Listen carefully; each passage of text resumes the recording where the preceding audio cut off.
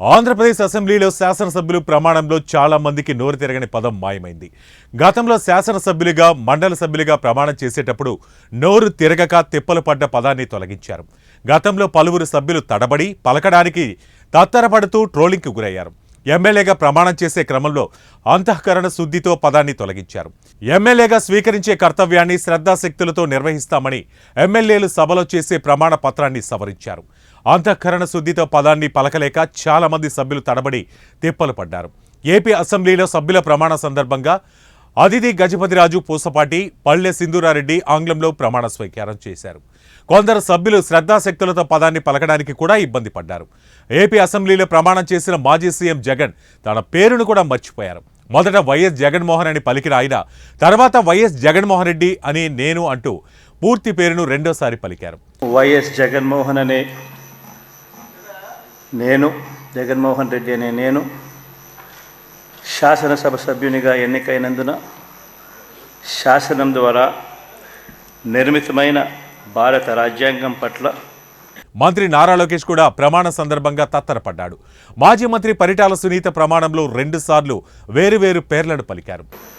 నారా లోకేష్ అనే నేను శాసనసభ సభ్యుడినైన ఎన్నిక అయినందుకు శాసనం ద్వారా నిర్మితమైన భారత రాజ్యాంగం పట్ల నిజమైన విశ్వాసం, విధేయత చూపుతానని, భారతదేశ సార్వభౌమ అధికారాన్ని, సమగ్రతను కాపాడుతానని, నేను స్వీకరించబోయే కర్తవ్యాలను శ్రద్ధాశక్తులతో నిర్వహిస్తానని దైవ సాక్షిగా ప్రమాణం చేస్తున్నాను. ఏపీ అసెంబ్లీలో సీఎం నారా చంద్రబాబు నాయుడు శాసనసభ్యుడిగా ప్రమాణ స్వీకారం చేశారు. 16వ శాసనసభ సమావేశాలను ప్రొటెం స్పీకర్ గోరంట్ల బుచ్చయ్య చౌదరి ప్రారంభించారు. సభ ప్రారంభమైన వెంటనే సభా నియమాలు ప్రకటించారు.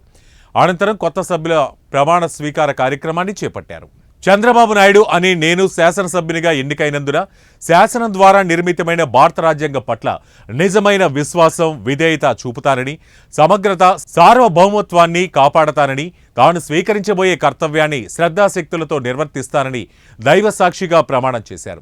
నారా చంద్రబాబు నాయుడు అనే నేను శాసనసభ సభ్యునిగా ఎన్నిక అయినందున శాసనం ద్వారా నిర్మితమైన భారత రాజ్యాంగం పట్ల నిజమైన విశ్వాసం, విధేయత చూపుతానని, భారతదేశ సార్వభౌమాధికారాన్ని, సమగ్రతను కాపాడుతానని, నేను స్వీకరించబోయే కర్తవ్యాన్ని శ్రద్ధాశక్తులతో నిర్వహిస్తానని దైవ సాక్షిగా ప్రమాణం చేస్తున్నాను. ఆంధ్రప్రదేశ్ శాసనసభ్యుడైన తాను అనంతర సభా నియమాలకు కట్టుబడి వాటిని అనుసరిస్తూ సభా మర్యాదలు కాపాడతానని, సాంప్రదాయాలు గౌరవిస్తానని దైవసాక్షిగా ప్రమాణం చేశారు. చంద్రబాబు తర్వాత పవన్ కళ్యాణ్, ఆపై కేబినెట్ మంత్రులు, వారి తర్వాత వైసీపీ అధ్యక్షుడు జగన్ ప్రమాణం చేశారు.